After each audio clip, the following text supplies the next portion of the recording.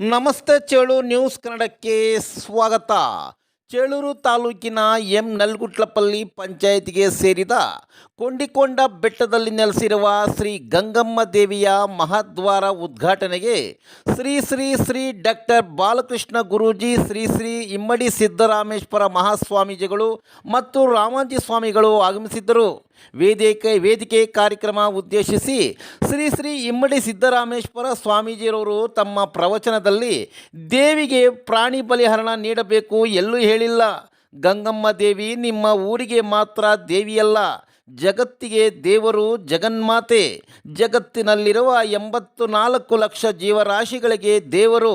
ಕ್ರಿಮಿ, ಕೀಟ, ಪಶು, ಪಕ್ಷಿ ಎಲ್ಲವೂ ದೇವಿಯ ಮಕ್ಕಳು. ತಾಯಿ ತನ್ನ ಮಕ್ಕಳನ್ನು ಬಲಿ ಕೊಡಲು ಬಯಸುವುದಿಲ್ಲ ಎಂದು ಬಹಳ ಅರ್ಥಗರ್ಭಿತವಾಗಿ ನುಡಿದರು. ಈ ಸಂದರ್ಭದಲ್ಲಿ ರಾಮಾಂಜಿ ಸ್ವಾಮಿಗಳು, ದೇವಾಲಯದ ಟ್ರಸ್ಟ್ನ ಪದಾಧಿಕಾರಿಗಳು, ಸದಸ್ಯರು, ಸಾರ್ವಜನಿಕರು ಉಪಸ್ಥಿತರಿದ್ದರು. ಪ್ರಾಣಿ ಬಲಿ ಮಾಡ್ತಾರೆ ಕೆಲವೊಂದು ದೇವರುಗಳಿಗೆಲ್ಲ. ಗಂಗಮ್ಮ ಬಂದು ಯಾವಾಗಾರ ಕೇಳುತ್ತೇನೆ? ಗಂಗಮ್ಮ ಬಂದು ಯಾವಾಗಾರ ಕೇಳುತ್ತೇನೆ? ಗಂಗಮ್ಮ ಅಂದ್ರೇನು? ನಿಮ್ಮೂರಿಗೆ ಅಷ್ಟೇ ಅಮ್ಮ ಏನು? ಈ ಕೊಂಡ ಸುತ್ತಿರೋರ್ಗೆ ಅಷ್ಟೇ ದೇವರ? ಯಾರಿಗೆ ದೇವರು?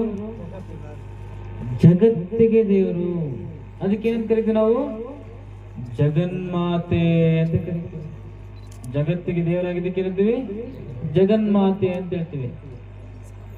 ಜಗತ್ತಿಗೆ ದೇವರಾಗಿರುವಂತಹ ತಾಯಿಗೆ ಜಗತ್ತಿನ ಎಲ್ಲಾ ಜೀವಿಗಳೇನು ತನ್ನ ಮಕ್ಕಳೇ.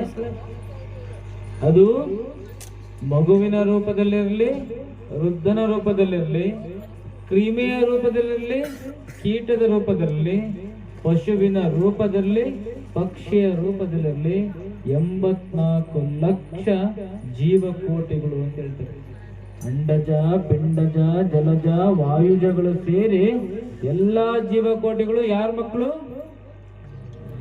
ಜಗನ್ಮಾತೆ ಮಕ್ಕಳು.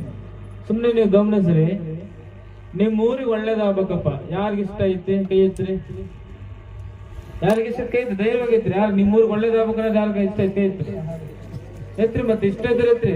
ನಿಮ್ಗೆ ಒಳ್ಳೇದಾಗದ್ ಬೇಡ? ನಿಮ್ಗೆಲ್ಲ ಇಷ್ಟ ಐತಲ್ಲ? ನಿಮ್ ದೇವ್ರು ಬಂದು ಪ್ರತ್ಯಕ್ಷಳಾಗಿ ನಿಮ್ಮ ಊರಿಗೆ ಒಳ್ಳೇದ್ ಮಾಡ್ತೀನಿ, ನಿಮ್ ಮನೆಗಿರೋ ಒಂದು ಮಗುನ ನನಗೆ ಬಲಿ ಕೊಡು ಅಂತ ಕೇಳು. ಈಗೆತ್ರಿ ಕೈ. ಈಗೆತ್ರಿ. ಸಾಧ್ಯನಾ? ಎತ್ತ ತಾಯಿಗೆ ತನ್ನ ಕರುಳು ಬಳ್ಳಿಯನ್ನ ಹೇಗೆ ಬಲಿ ಕೊಡ್ಲಿಕ್ಕೆ, ಆ ಜೀವವನ್ನ ಸರ್ವನಾಶ ಮಾಡ್ಲಿಕ್ಕೆ ಇಷ್ಟ ಇಲ್ವೋ, ಜಗನ್ಮಾತೆಗೂ ಅಷ್ಟೇ. ನೀವು ಕೊಡುವಂತಹದು ನಿಮ್ಮ ಸುತ್ತ ವಾಸಿಸುವಂತಹ ಒಂದು ಜೀವದ ಕೊಂಡಿನೇ ನಿಮಗೆ. ಅಂಥದನ್ನ ದೇವ್ರು ಯಾವತ್ತೂ ಕೇಳೋದಿಲ್ಲ. ನೀವು ಕೊಡಿ, ಬಲಿಯನ್ನು ಕೊಡಿ, ಕೊಡಬೇಕು ಕೂಡ. ನೀವೆಲ್ಲ ಬ್ರಾಹ್ಮಣರು ಕರೆಸ್ತೀರ ಪೂಜೆಗೆ, ಅವರು ಕೂಡ ಬಲಿ ಕೊಡ್ತಾರೆ. ಏನ್ ಕೊಡ್ತಾರೆ? ಕುಂಬಳಕಾಯಿ ತಿನ್ನೋರು ಹೆಂಗಿರ್ತಾರೆ? ಬಹಳ ಜಾಂಡಿಡ್ತಾರೆ. ಮತ್ತೆ ಕುಳಿ ತಿನ್ನೋರು ಹೆಂಗಿರ್ತಾರೆ? ಹೌದಲ್ಲ? ಆಹಾರ ಹೇಗನೋ ಆಲೋಚನೆ ಹಾಗೆ. ಆಹಾರದಂತೆ ಆಲೋಚನೆ.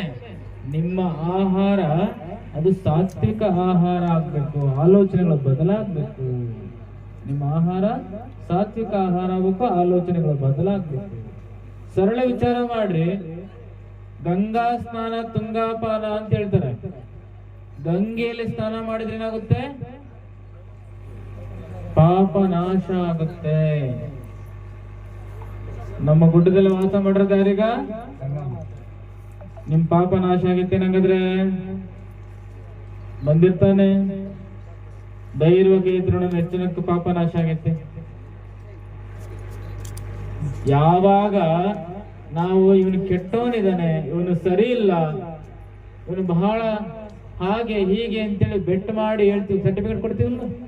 ಯಾರು ಬಂದ್ರೆ ಪಕ್ಕದ ಮನೆ ಬಗ್ಗೆ ಮಾತಾಡ್ತೀವಲ್ಲ, ಒಳ್ಳೇದ ಮಾತಾಡ್ತೀವಿ, ಹಂಗ ಹಿಂಗ ಅಂತೇಳಿ ನಕಾರಾತ್ಮಕ ಆಲೋಚನೆಗಳನ್ನ, ವಿಚಾರಗಳನ್ನ ಚರ್ಚೆ ಮಾಡ್ತೀವಿ. ನೋಡೋಣ, ಹೇಳಿ ನೋಡೋಣ, ನಿಮ್ ಬಗ್ಗೆ ನೀವು ಸರ್ಟಿಫಿಕೇಟ್ ಕೊಡ್ಕೊಳ್ರಿ, ನಾವು ಬಹಳ ಒಳ್ಳೇದಂತ ಹೇಳಿ. ಬಹಳ ಒಳ್ಳೇದಂತ ಕೈ ನೋಡೋಣ. ಯಾವಾಗ ನಮ್ಮ ಬಗ್ಗೆ ನಾನು ಒಳ್ಳೇನಂತ ಆತ್ಮಸಾಕ್ಷಿಯ ಸರ್ಟಿಫಿಕೇಟ್ ಕೊಡ್ತೀವೋ ಅವತ್ತು ನಮ್ಮ ಪಾಪಗಳ ನಾಶ ಆಯ್ತು ಅಂತ. ಅವತ್ತು ನಮ್ಮ ಪಾಪ ನಾಶ ಆಯ್ತು. ಅವತ್ತು ಗಂಗೆ ನಮಗೆ ಒಲಿದು ನಮ್ಮ ಪಾಪವನ್ನ ನಾಶ ಮಾಡಿದ್ಲು. ಹಾಗಾದ್ರೆ ನಾಶ ಮಾಡೋದು ಹೆಂಗೆ ತಾಯಿ? ನಮ್ಮ ಧರ್ಮದಲ್ಲಿ ಎಲ್ಲದಕ್ಕೂ ಉತ್ತರ ಐತಲ್ಲ. ನಾಶ ಮಾಡ್ಬೇಕಲ್ಲ ಎಲ್ಲ. ಹೆಂಗೆ? ಎಲ್ಲ ಒಂದು ದೇವಸ್ಥಾನ ಕಟ್ತೀರಿ, ದೇವಾಲಯ ಕಟ್ತೀರಿ, ಸುಕ್ಷೇತ್ರಕ್ಕೆ ಬಂದು ಒಂದು ಆಲಯ ನಿರ್ಮಾಣ ಮಾಡ್ತೀರಿ. ಏನ್ ತಗೊಳ್ತೀರಲ್ಲ ಕಟ್ಲಿಕ್ಕೆ? ಯಾವ್ದ್ರಲ್ಲಿ ಕಟ್ತೀರಾ? ಕಲ್ಲು, ಮರಳು, ಇಟ್ಟಿಗೆ, ಸಿಮೆಂಟು, ಕಬ್ಬಿಣ, ಕಟ್ಟಿಗೆ ಕಟ್ತಿರಲ್ಲ. ಮನೆ ಕಟ್ಟೋದು ಯಾವ್ದ್ರ ಕಟ್ತೀರಿ? ಅದ್ರಿಗೆ ಕಟ್ತೀರಿ. ಒಂದ್ 4 ಗೋಡೆ ಕಟ್ತೀರಿ, ಒಂದ್ ಬಾಗಿಲು ಇಡ್ತೀರಿ, 2 ಕಿಟಕಿ ಇಡ್ತೀರಿ ಅಂತ ಅಂದ್ಕೊಳ್ರಿ. ಅಜ್ಜ ಅಜ್ಜಿ, ಅಪ್ಪ ಅಮ್ಮ, ಮಕ್ಕಳು ಮೊಮ್ಮಕ್ಕಳು ವಾಸ ಇದ್ರೆ ಆ ಕಟ್ಟಡಕ್ಕೆ ಏನಂತೀರಿ? ಏನಂತೀರಿ? ಮನೆ.